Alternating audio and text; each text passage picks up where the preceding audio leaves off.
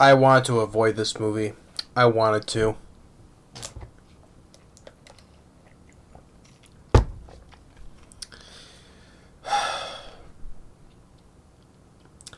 I really wanted to avoid the talk about this movie, but you know what? Hey, I'm sure a lot of people would agree. If you like this movie, that's fine. I will not get it. I mean, hell, Tom Cruise he loves this movie. Even James Gunn he said it was like the best superhero film ever. One of the best. I don't know what Tom Cruise or James Gunn is thinking. And plus, since that James Gunn calls this one of the best superhero films ever made, you know, I was kind of looking forward to his reboot of the DC universe, not the DCEU, DC. With the Superman legacy and all that, right? After he calls this film one of the best superhero films ever, I'm sorry. I like James Gunn. I like the Guardians of the Galaxies movies. After what he said about this movie, I'm sorry. I have no hope for your rebooted franchise now, or rebooted universe, I would say. The Flash. It is easily the worst movie of the year for me.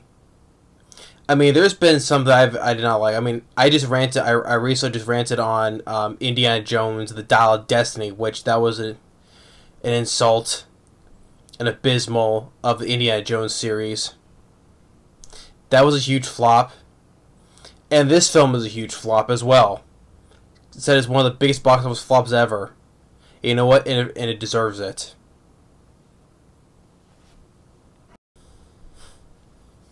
I mean, this film, it barely made over $100 million in the U.S.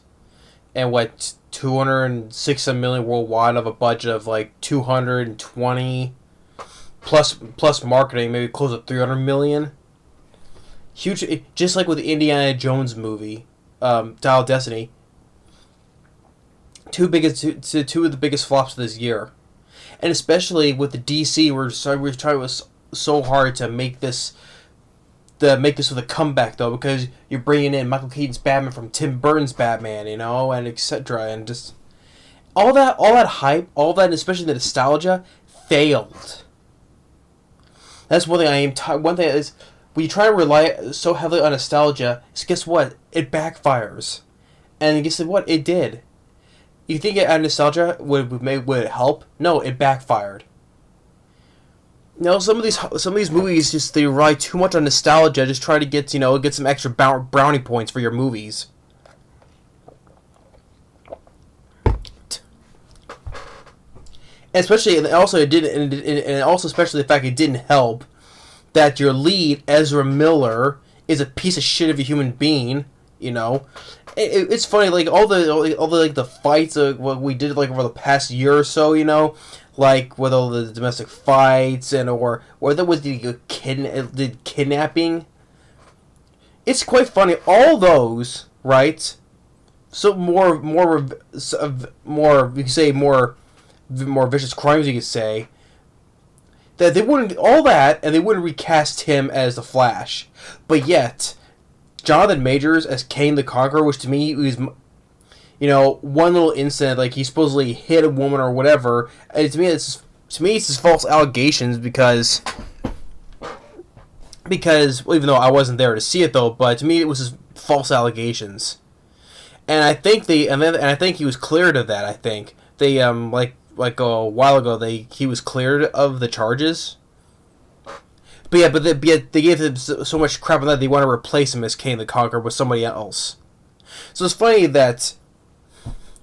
how funny that is. How Jonathan Majors, which to me, I overall did not like Ant-Man Quantumania. You can check my review on it though. I overall did not like it, but Jonathan Majors Kane the Conqueror he was the best part of the movie. I liked his presence. I liked his personality. You know, like I said about how he was as Kane the Conqueror. He was easily the best part of the movie. You know, and yet they give him this one little allegation, you know, yet they want to recast him. And yet, Ezra Miller has done far much worse, and yet he wouldn't be recast as Flash. How funny is that, right? So the fact that the film didn't help, you know, because he had a piece of shit of a scumbag he is. Would he say that he's not binary? Which, whatever. He's probably good at kissing his own ass. He probably likes that too. Ezra Miller, he's not only as a human being, but he's a horrible actor. Okay, I never liked him as a Flash, especially when we saw him in Justice League. Well, technically he cameoed in Batman v Superman: Dawn of Justice with that little Flash way they did with Ben Affleck, but still, in the Justice League, he was unlikable. He was irritating, annoying. You know, especially that stupid look on his face. I hate all this.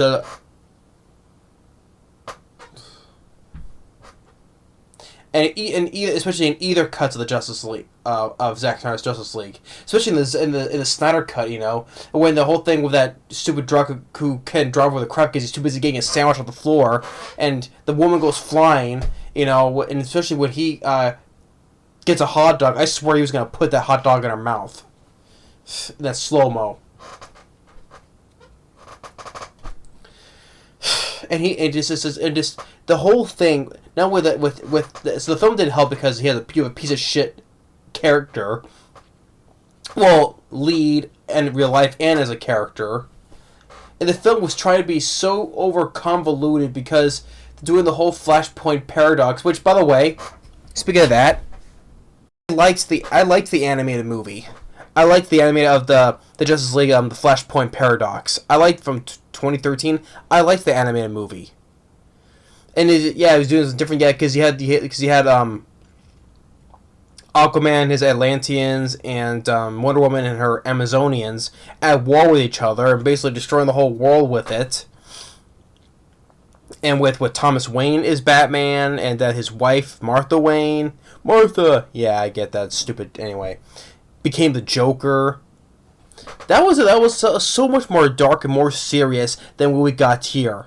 It's silly and stupid, and it was being too complicated and convoluted, and it's added so many things at one time, and it helped with the fact that this CGI didn't. It was so, which critics were right. You know why the CGI was horrible. They're right on that, and that's one thing my brother and I agree on, that the CGI was horrible. Yes.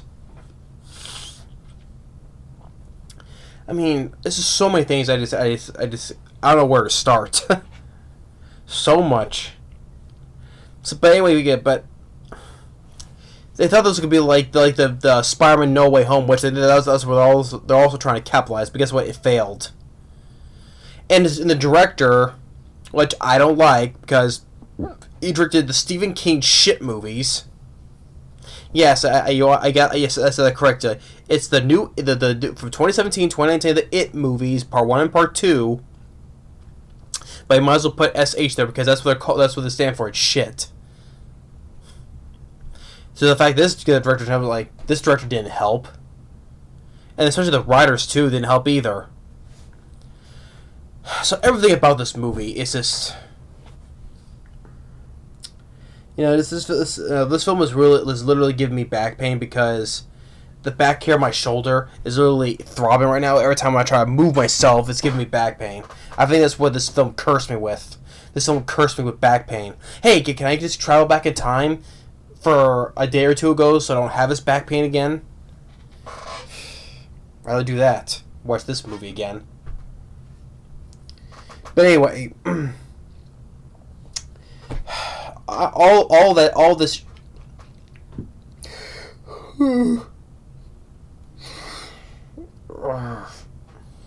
So it just makes me so pissed off. Barry Allen, he's waiting on a sandwich, and then there's some trouble in Gotham. He goes there, Ben Affleck is there, doing a car chase with him on his motorcycle.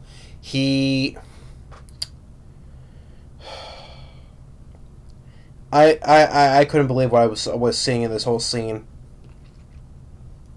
I don't know how can anybody like this scene. I mean, there's a building that's about to collapse because the water and gas pipes are erupting, and there's a woman, a nurse, on the one of the high floors in a room full of babies.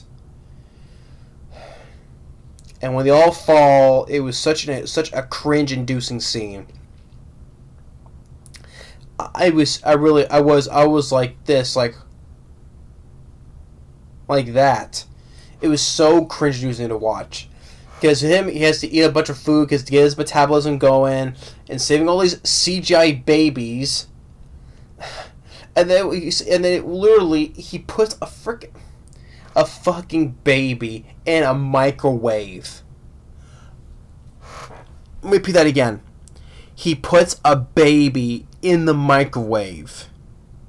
Even if it wasn't a plug or not, though, still, cook baby in a microwave? Jeez.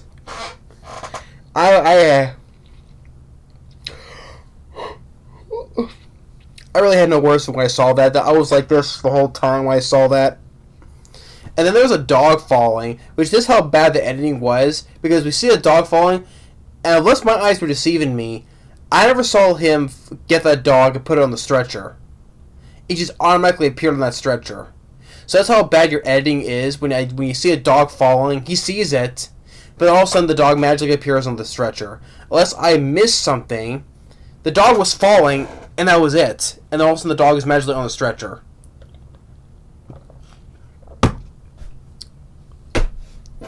God damn, man. This movie is just... that whole scene right there. And this is what James Gunn calls one of the best superhero movies ever made. When you see a baby being put in a freaking microwave. Jesus Christ. And so after that, abysmal. Then Batman chases these guys in his armored car, which it carries like a chemical weapon, which if it gets in the water, it'll destroy a lot of people in Gotham. Funny enough, earlier, a guy just jumps out of that car, the moon car head first. I'm like, you're dead. Supposedly you broke every bone in your face and your head, and you get concussion, broken neck, all that. So I assume you're dead after that. And then at the edge of the bridge, then Wonder Woman comes in to help Gal Gadot, which I'm tired of seeing her ass as Wonder Woman. Gal Gadot.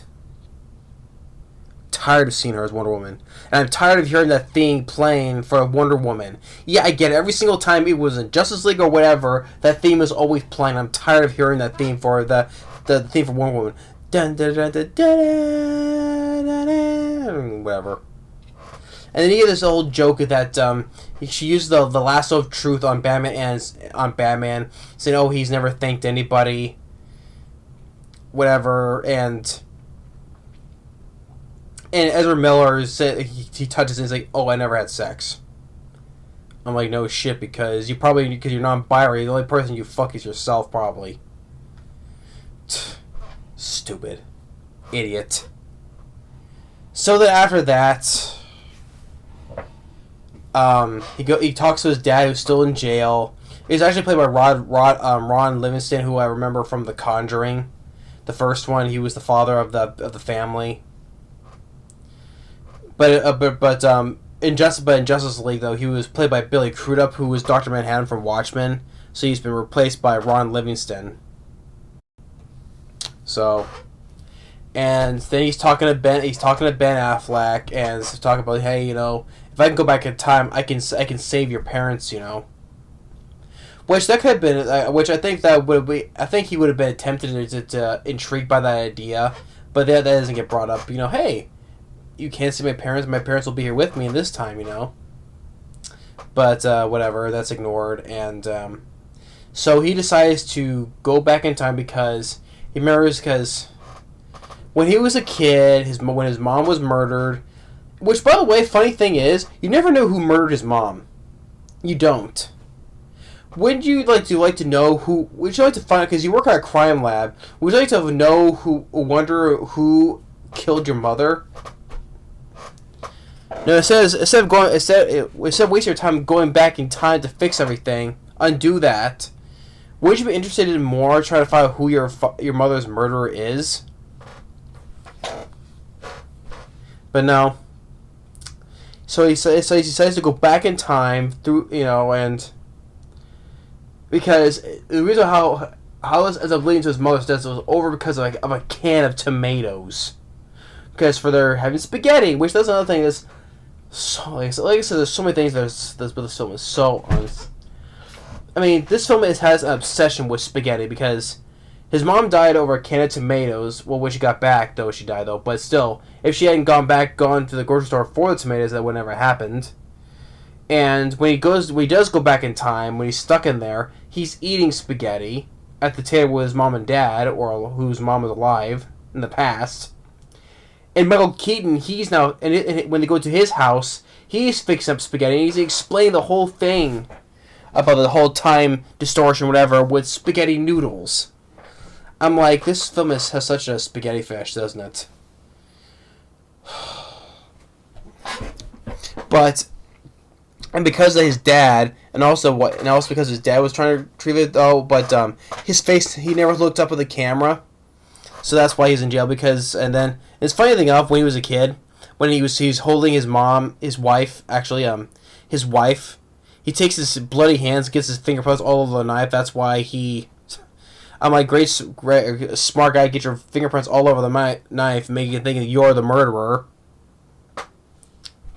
And then when we get the young Barry Allen, when he was a kid, I'm like, first of all, when he was upstairs in his room, and he hears his mom screaming bloody murder, and what does he do? Instead of just, gunning it down the stairs to see what's going on, no, he just casually, nonchalantly walks down there, and sees his father holding his wife with a dead, and the young Barry Allen basically almost no expression on his face. He just casually walks down the stairs, almost blank, dead-eyed stare.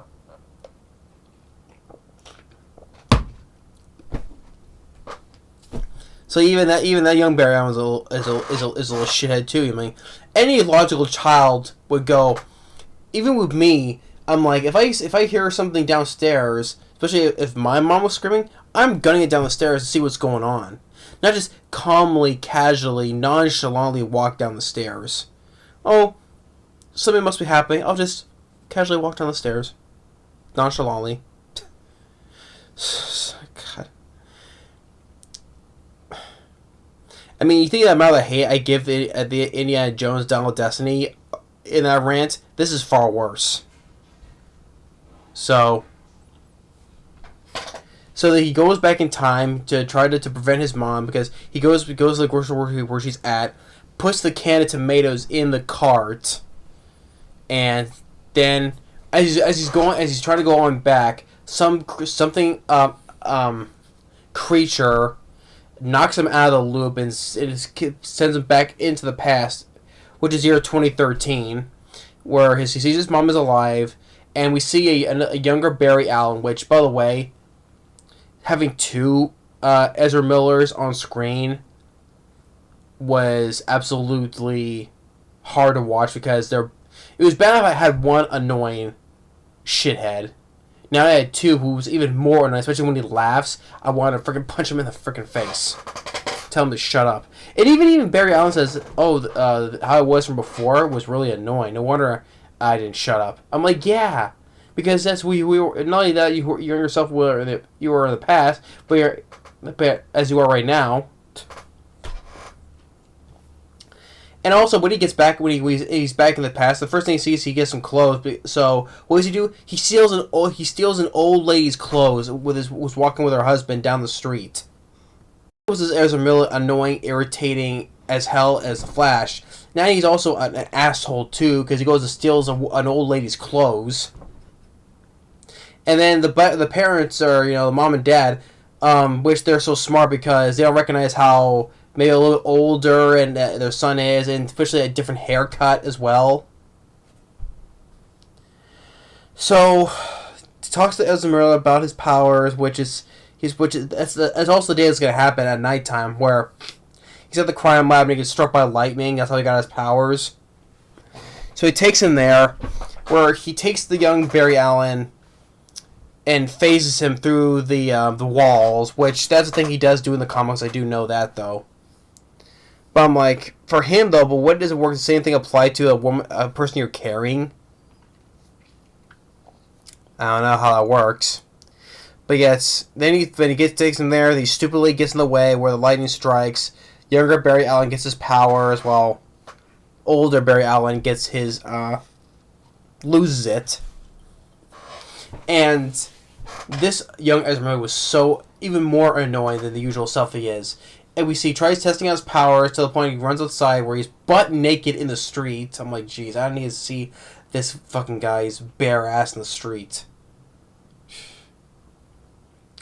So they try to, and then the older Barry tries to call Aquaman, but all I guess was his dad.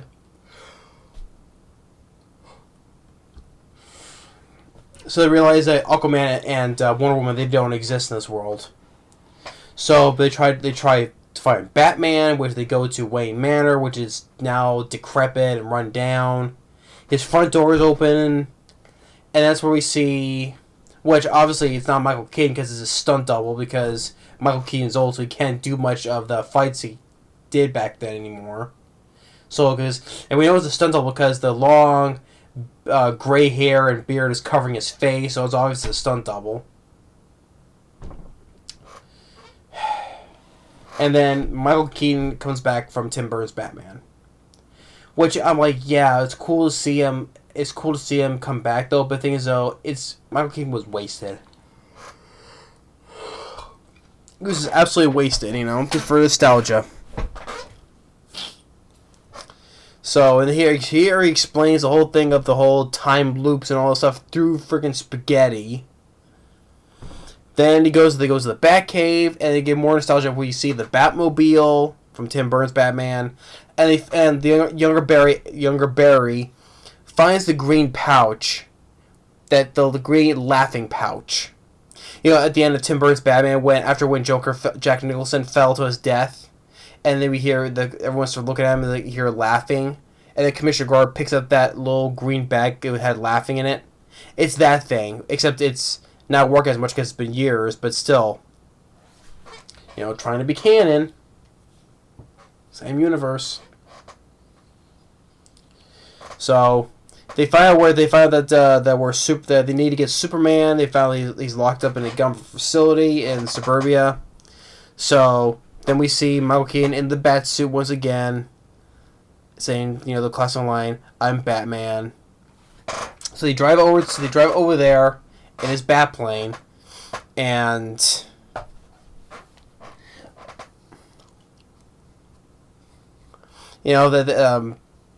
we see Batman fight, but he only fights a bunch of random government guys. I mean, he tries to do a pump fake out on one guy like this, but it doesn't work. I'm like, this is supposed to be a joke. Well, this movie is a freaking joke.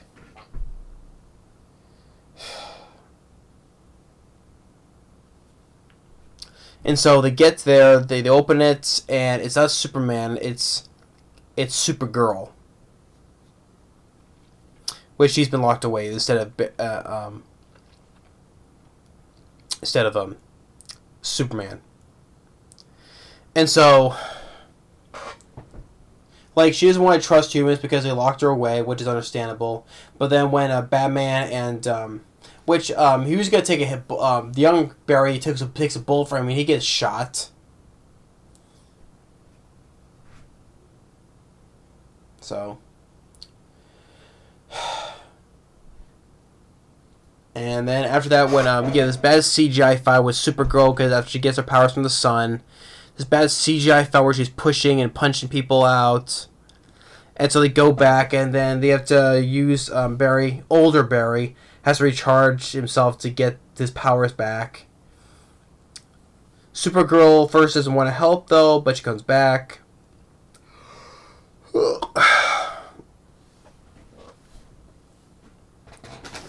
And so the first time it doesn't work, so Supergirl takes him into the clouds to get lightning striked. And it does work. And all because I forgot to mention, all because General Zod is coming back because this is 2013. So you have Michael Shannon coming back.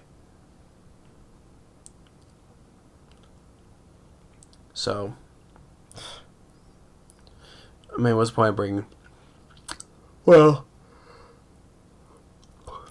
I guess just in case. But he says he wants to destroy the whole world, and Batman will do this. And think of this whole time distortion after when, well, not yet though, but wait, positive things I can say. I think the girl Sasha Calle or Calle who played Supergirl, I thought she did pretty decent. If you want to give me any positives I can give. The girl who played Supergirl, I thought she was fine. It was cool to see Michael Keaton, but the thing is, like, he's wasted.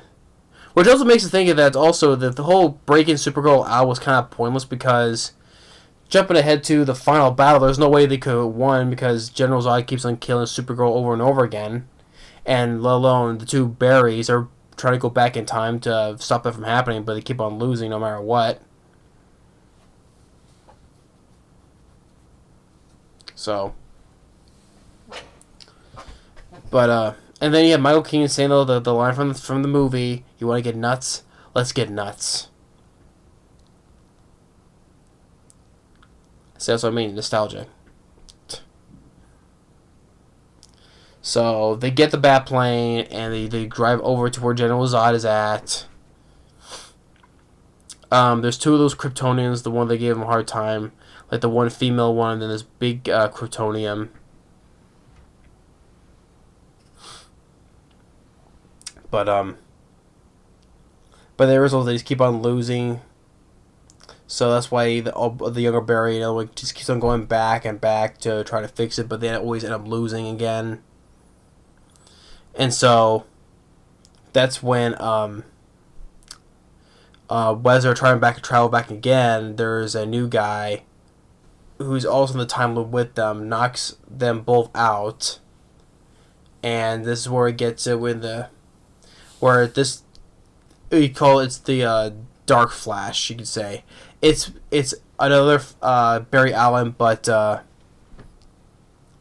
story though. It's the point is that it's just so whatever.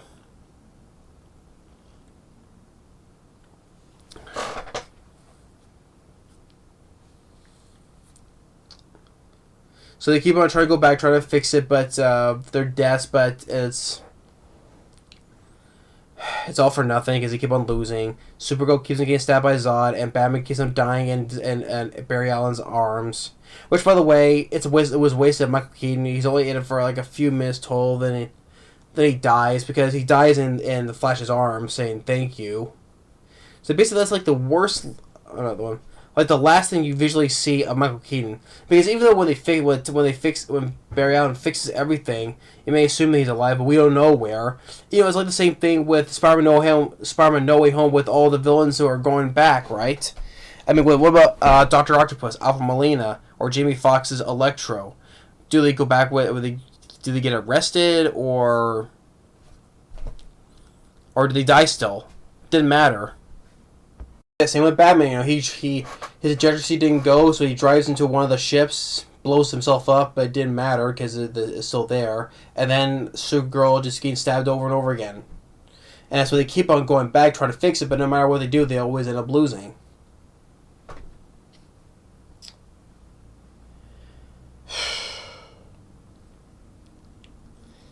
So yeah.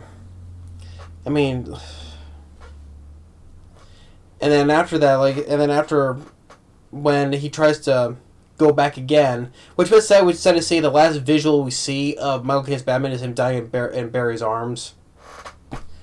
I know, I'm sure because they canceled the Batgirl movie some time ago, which he was going to be in it, and Brendan Fraser was going to play the bad guy named Firefly. That would be interesting for me to see though, but the amount this film got, because of that.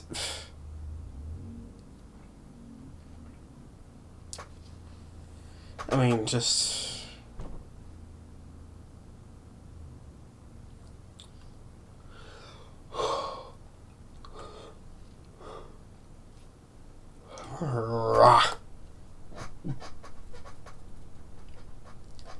So, but then that dark entity was basically named Dark Phoenix. Oh, Dark Phoenix, jeez, Dark Flash. It was a younger him who spent so long in this time loop. He's gone older, and when all the universes are colliding, people probably crap their pants when they saw these. My brother liked it, but I don't get it though. We get appearance by Christopher Reeve's Superman and Helen Slater's Supergirl, but they're CGI. And they look like crap, It was such low-quality video game CGI for them. I mean, yeah, you see Christopher Reeve, like, why did they make Christopher Reeve look like that? Like I said, I don't understand why people are saying, excuse me, why the CGI was so horrible. I agree with. I mean, is this bad CGI when it was for use of Christopher Reeve and Helen Slater? Then we see Adam West Batman, and then we see the big one, Nicolas Cage as Superman from Superman Lives, the unfinished film that Tim Burton did, who was going to do, but never got, it went belly up, you can say. Yeah, my brother was so excited to see that,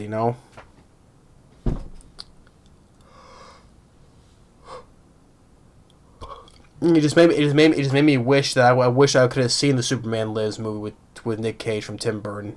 I wish. I'd rather see that movie than this. And so, one thing leads to another. Younger Barry Allen dies. Same with the Dark Flash. And then the Barry that we know goes back to fix everything. Puts the can of tomatoes back on the shelf. Which makes it another plot point. Plot hole, plot error.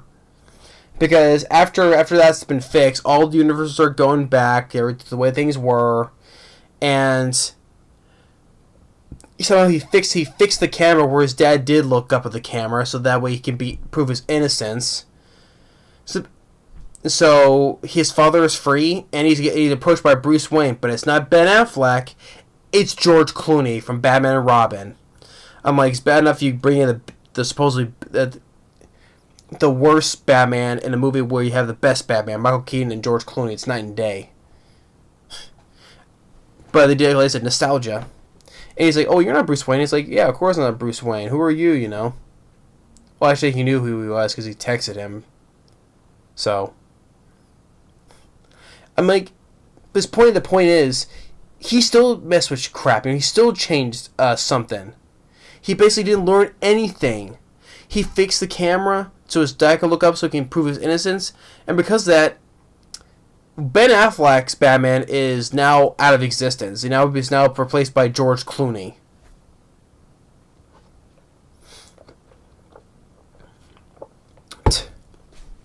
Apparently, this Barry Allen is an asshole. He didn't learn anything. By setting up the changes something for his mom, caused a ripple effect, basically. And when he does fix it, he still messes with crap. Because of that, now it's not Ben Affleck anymore, it's George Clooney now.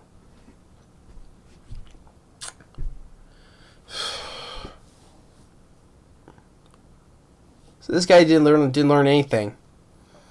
All the trouble you caused, and you still changed some crap.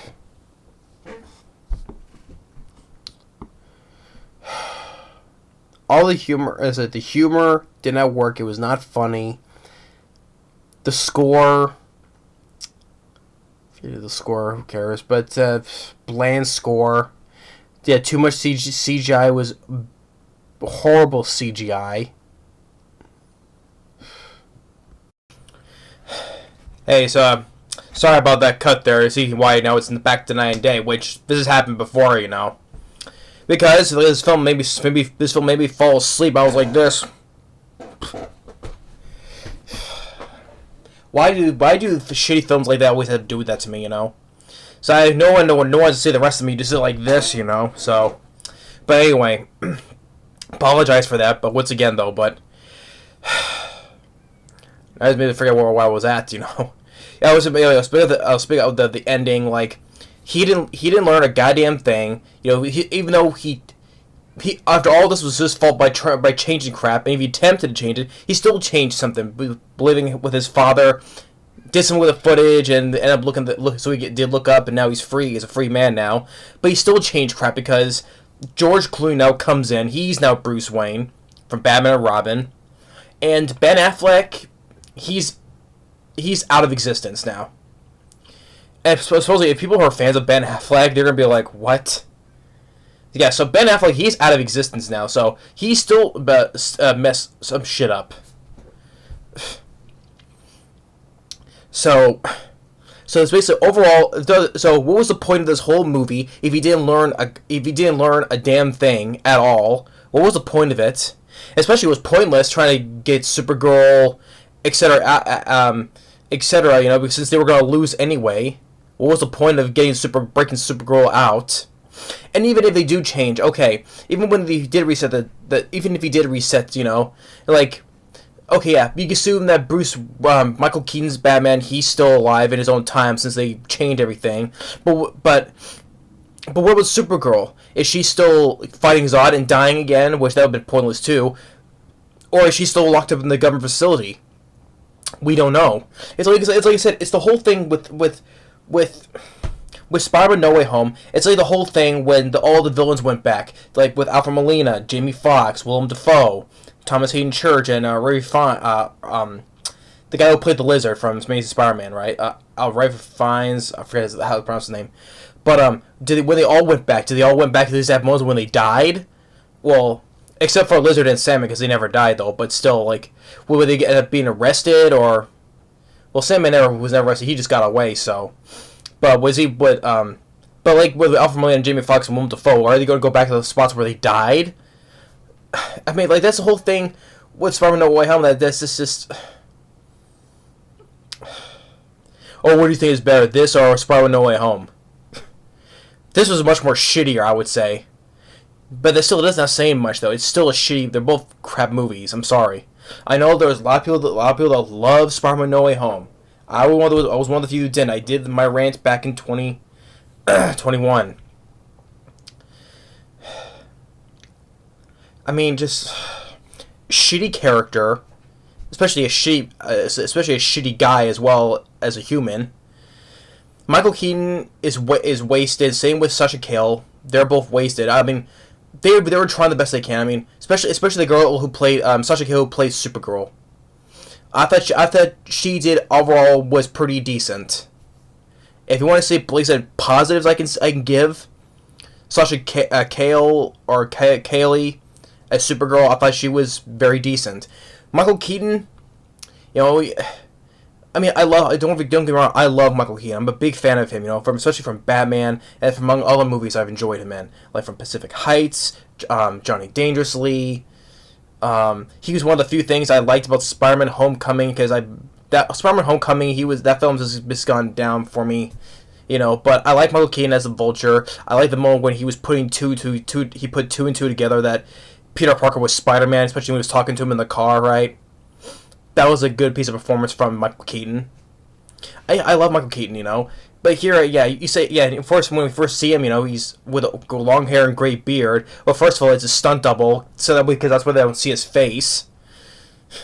But he's just too old, but, it was, that's one thing I gotta say. They're trying to win you over with nostalgia, because, you love Batman from 1989? Yeah, he's wearing the traditional old suit he had. You see the old Batmobile. But and him saying the line, "You want to get nuts? Let's get nuts." But to me, the part that didn't make sense, because it worked it worked in Batman, because he did that as a distraction to make Jack Nicholson shoot him, because he put that plate behind his vest so he can shoot him. He did that as a distraction, though. But when he just says it right here, it just didn't make sense. And the whole thing, because the last visual thing we see of him is dying in Ezra Miller's arms. Yeah, you see, he's fine when Flash changes everything, but on screen we see him dying. To me, that was just a low ball punch to the gut to me. Because Batman, like I probably said before, Batman from Tim Burton is my favorite DC movie. I love Tim Burton's Batman, love it. I enjoy Batman Returns, and yeah, some people don't like are not some. There are some people who are not fans of Batman Returns, but I enjoy Batman Returns. Danny DeVito is good as a Penguin. Michelle Pfeiffer, she's the perfect Catwoman. Christopher Walken, I like. Even some good moments, even with Danny DeVito as the Penguin, he hijacks Batman's Batmobile, taking control of it. Except for the idea that of those the penguins with the rockets on them, I still think that's still silly. I would still say though.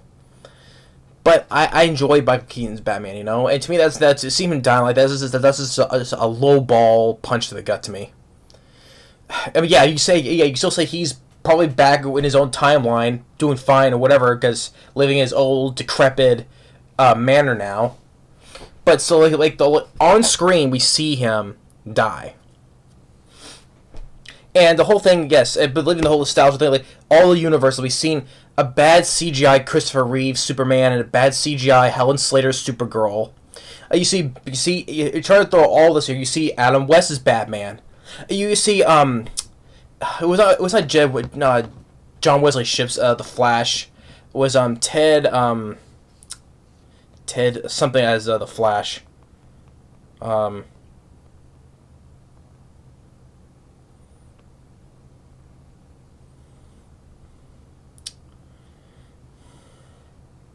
Teddy Sears. Yeah, it was. I think it was Teddy Sears because we see he was wearing that helmet with the wings on the helmet. Yeah, I think that was the Teddy Sears Flash, not John Wesley Shipp. To me, but especially also Ezra Miller. I prefer John Wesley Shipp's The Flash better. And I know my brother. He loves the CW TV show of The Flash. He loves that show. Except my brother hated that ending of the finale of The Flash. My brother hated that ending. I never saw it because I was never interested in watching the Flash show. But my brother saw that and he saw the ending of that. He was so mad. To me, he said that was the biggest insult of this whole Flash series. But I will even say that guy who plays the Flash in that TV show is better than Ezra Miller. Because at least that guy in that TV show, at least he was not acting like a freaking idiot. So, but I prefer John Wesley Shipp's The Flash from the '90s. And then we see Nicolas Cage's Superman, which honestly I would have seen Superman Lives instead. If the movie that never got made was also Kevin Smith that was involved as well. Kevin Smith and Tim Burton, along with Tim Burton. I wish I would have seen that movie instead. Yeah, because they did that because we never got to see a Nicolas Cage as Superman. I get it. And then all in all, we get cameos including George Clooney from Batman and Robin. Oh, surprise! Yeah, you bring in the best Batman, Michael Keaton, then you put in the worst Batman, George Clooney. Well, they couldn't bring in Val Kilmer because you know how his condition is. But yeah, but oh wow, surprise! It's George Clooney. But still, he didn't learn anything. He's still this Ezra Miller is such a about fucking idiot. He didn't learn nothing at all throughout this whole movie. Nothing.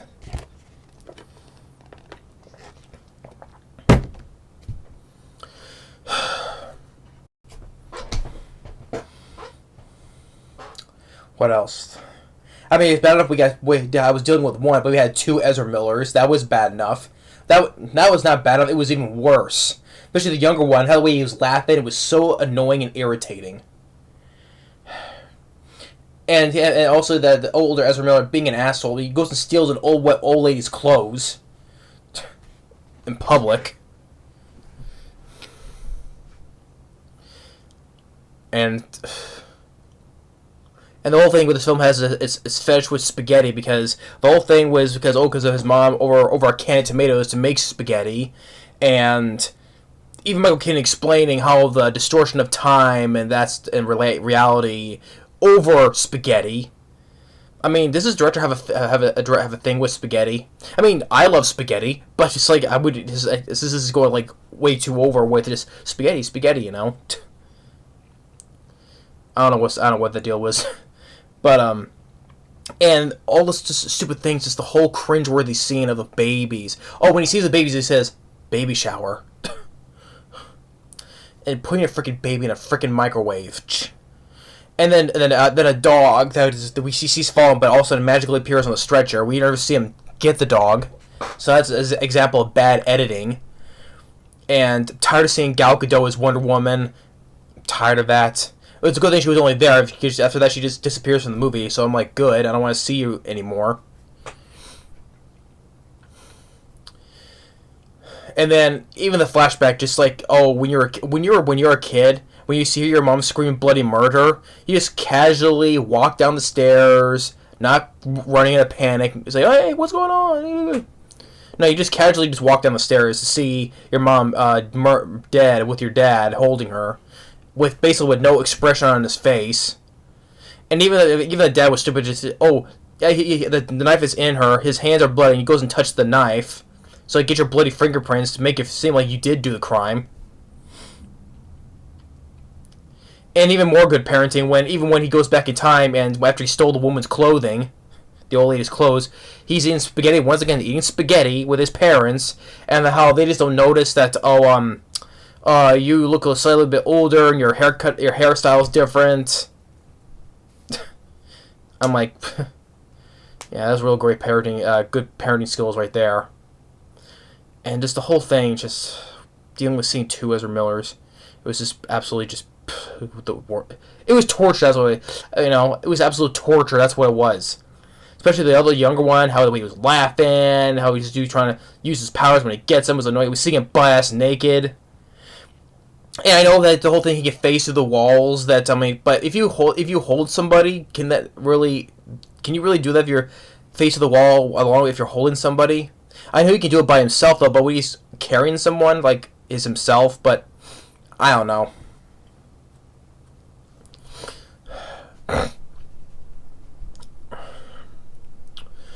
And just it was a waste of Michael Keaton and a waste of the Sasha Calle as Supergirl. It was a waste. Nothing to them character-wise. I mean, bad CGI slow-mo file when we see after when Supergirl gets out, right? She gets her power from the sun. Bad CG slow-mo of her getting these guys. And then a scene where he said Michael Keaton dying on screen. Because we never see. We'll probably know he never played the role again. Yeah, because even though the background got shelved, I rather would see that movie. At least that movie. I would love to see Brendan Fraser play a bad guy as the character Firefly. I'm like, cool. Brendan Fraser play a DC villain. That'd be something I would have seen from Brendan Fraser. But no, and then also I know that J.K. Simmons, he comes back as Commissioner Gordon. But yeah, that one got shelved because he probably knew this was gonna bomb, and it did, deservedly. They probably, we just won't release it. What would I rather see, this or Batgirl? Probably would have seen Batgirl. At least I would like to see Brendan Fraser be a villain. So, but this film. See, the thing is, even with Disney though, same thing. They just don't learn, You think you just try to win people over with nostalgia, and it just doesn't work. You think that bringing in Batman and Michael Shannon's General Zod, and George Clooney, all those cameo appearances, CG appearances of Christopher Reeve, Nicolas Cage. Thinking it was gonna win fans over, but no, it didn't. This film bombed badly. Another DC movie badly. I mean, this whole from Zack Snyder, because it's still in Zack Snyder's DCEU universe. It's just one shit show after another. Yeah, I liked the first Shazam, and I liked the second Suicide Squad. But 2 out of how many they made is not good at all. I hate Man of Steel. I hate Batman v Superman: Dawn of Justice. That's complete dog shit. I hate either cuts of the Justice League movies. I hate Wonder Woman. Wonder Woman 2, 84 was worse. Um, I mean, I did like Shazam. Yes, I did. I mean, I even like Joker. That's not in the same universe, though, but I liked Joker with Joaquin Phoenix. Now, does that film need a sequel? Probably not, though, but it's getting one anyway with Lady Gaga. But I liked the first Joker with Joaquin Phoenix. And I liked the Robert Pattinson Batman movie from last year. So you think I'm not a DC hater? I'm not. I like a lot of the animated movies. I liked some of the DC movies, like I said, the Batman, the Suicide Squad. I liked Shazam, Joker. Those are the recent ones I've seen for the past 4 or so years, right? So I'm not a DC. So you can say I'm a DC hater. I'm not, because I just named a whole bunch of DC properties. Especially, I like the Christopher Reeve Superman movies, except for the fourth one.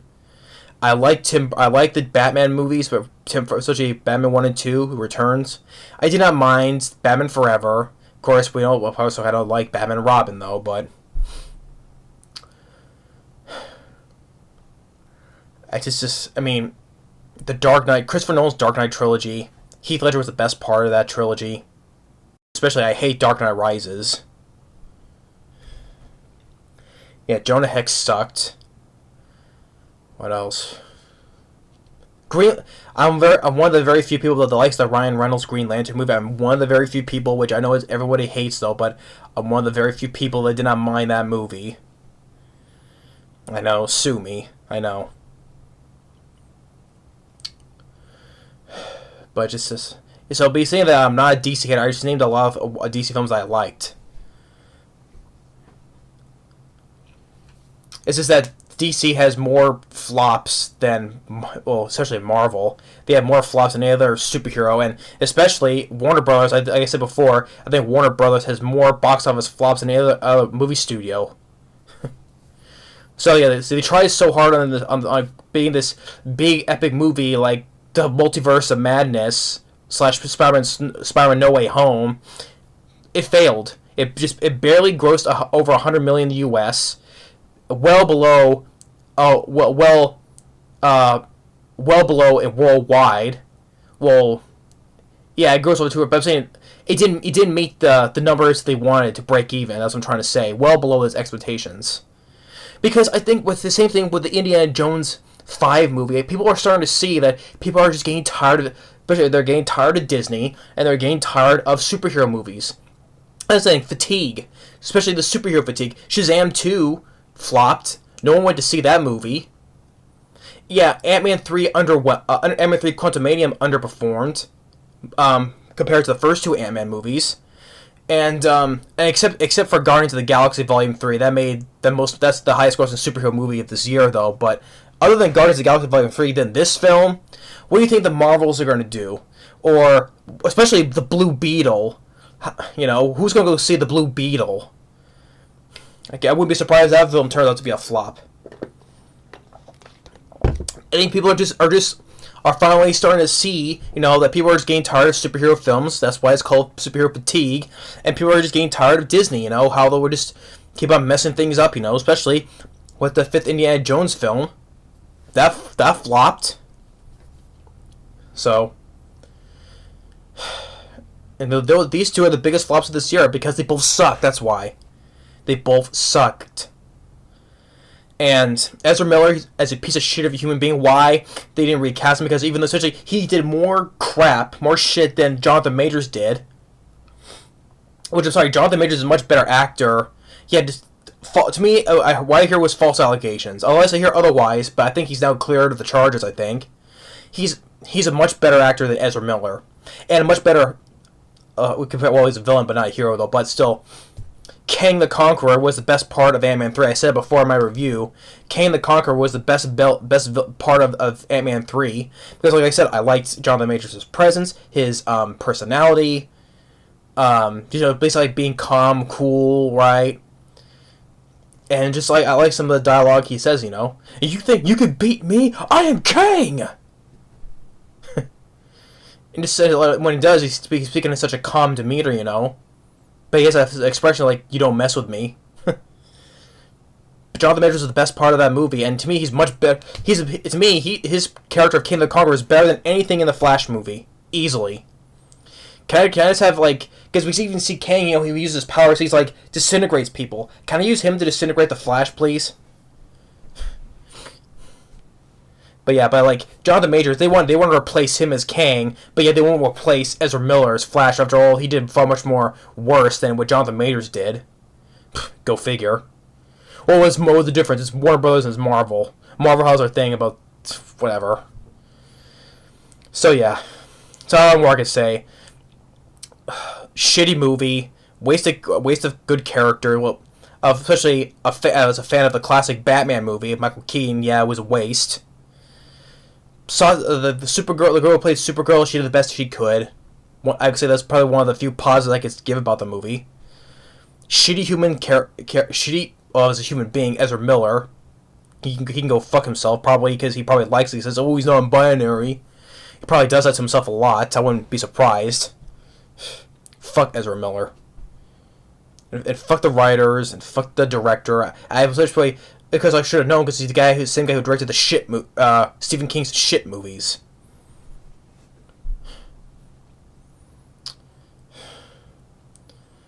And this is just overblown, bad, atrocious CGI, cringe-inducing CGI babies be put in friggin' microwaves. I hate this movie. This is easily the worst movie I've seen this year. It just gets me more pissed off, easily. So yeah, this film is like making my back hurt and it's giving me a freaking headache. Fuck the Flash. Fuck the rest of these DC movies. Superhero. Everything about this movie. Fuck everything. And especially if James Gunn calls it one of the best superhero films ever, I have no hope to see your new rebooted DC universe. I was kind of, but then you go and say that. No, I'm not interested. Tom Cruise, I don't know what movie you saw. Probably you just, I don't know. But like I said, I know it's an opinion though, but the thing is I just don't get it. But anyway, that's my big rant on the Flash. Mega rant, you can say. Fuck this movie. Especially Disney, Indiana Jones as well. You can check back on my review on that. But this is far worse. This is easily the worst movie I've seen this year. Thanks for watching. Stay tuned for more. We'll see you next time. Later.